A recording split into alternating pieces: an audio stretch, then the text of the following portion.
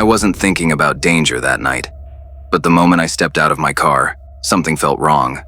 I ignored it. I shouldn't have. My girlfriend and I had argued earlier about the bills. Nothing dramatic, no yelling, no breaking things. But it was one of those talks that sits heavy in your stomach afterward. We've been living together for a while, and money has been tight. I walked out just to breathe and ended up sitting in my car alone until the silence made everything feel worse. Almost an hour later, I finally decided to go upstairs and talk to her. The garage under my building was quiet when I stepped out of the car. It's a big garage, way bigger than a place like mine needs. And the lighting is always dim, like the bulbs are tired. Concrete everywhere. I closed my car door, and the sound bounced between the pillars. As the echo faded, I heard a soft noise a little farther ahead. Not footsteps, not anything sharp, just a small bump against metal, like someone brushing against a car door. I glanced in that direction and saw a shift of movement between two parked cars. It didn't feel threatening. I thought maybe someone had just gotten out of their car. I didn't want to stare, so I looked away and started walking toward the elevator hallway. A few minutes later, I heard footsteps behind me.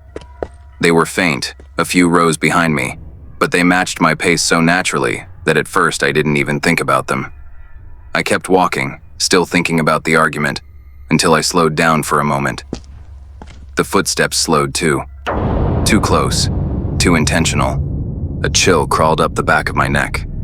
The kind your instincts notice before you do. I changed direction, turning down another row of cars, acting like I'd forgotten something. The footsteps followed the curve of my path, and even though I kept looking straight ahead, I could feel it. I didn't see anyone in the garage, but I wasn't alone. I sped up a bit, and the footsteps sped up too. I tried telling myself it was another resident, but deep down I could feel it.